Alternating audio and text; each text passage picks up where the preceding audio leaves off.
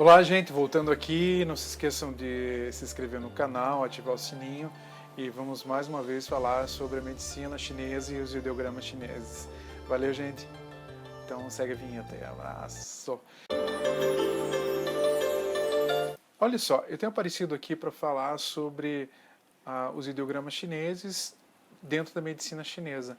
E nesse princípio eu falei os três primeiros tesouros, né? Os três primeiros, o Sambao, que são os tesouros da medicina chinesa, os três tesouros da medicina chinesa, que é o Qi, o Jing e o Shen. Uma primeira etapa eu falei sobre o Qi, que eu acho que é uma das etapas mais importantes, porque ali você tem a questão da respiração, a questão do alimento, e os ideogramas são diferentes. Um ideograma é mais voltado para o gás, né, para essa respiração, e o outro ideograma ele tem as duas funções, que é o alimento, que tem ali o arroz cru, né, é bom salientar isso. Tem uma moto passando aqui, os caras são gente fina pra caramba.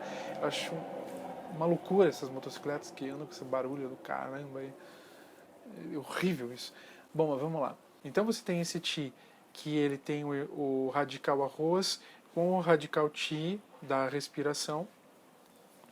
Aí você vai ter o Shen, que é a alma, né, a alma etérea, né? E você vai ter agora o Jin. E esses são os três pilares que a gente analisa quando vai fazer um tratamento. Então, por exemplo, o Shen, quando você tem o Shen turvo, um exemplo bem prático para nós do Shen subindo a cabeça, por exemplo, a dependência química.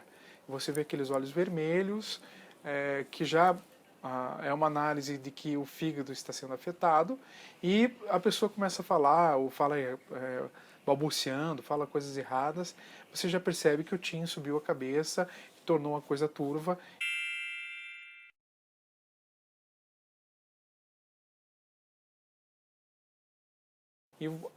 E pronto, você tem aqueles sintomas.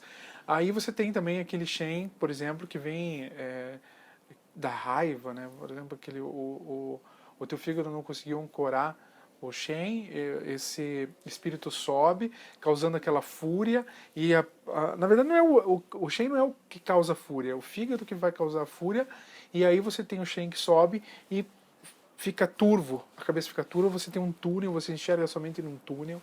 E agora tem o Jin. No Jin você tem o radical de início, o arroz, está espremidinho ali, mas você tem o radical arroz, e depois você tem um outro radical, como se fosse um crescimento, uma plantinha crescendo. Também tem a tradução de adolescente, mas é como se fosse algo crescendo, né? E o Jin, ele é dividido, ele tem dois tipos, o Jin nato, que é aquele que quando nós somos concebidos, na concepção ele nos é dado pela mãe e pelo pai, e a gente herda esse Jin. E esse Jin, ele dá o poder para a nossa existência. Ele é a chama que foi acesa ali, né, para a nossa vida. Então, se a gente gasta demais uma hora ele acaba e acabou a vida. E por isso que tem o outro Jin, o Jin adquirido. Esse, sim, ele é adquirido através dos alimentos e da ingestão de líquidos. E ele passa nessa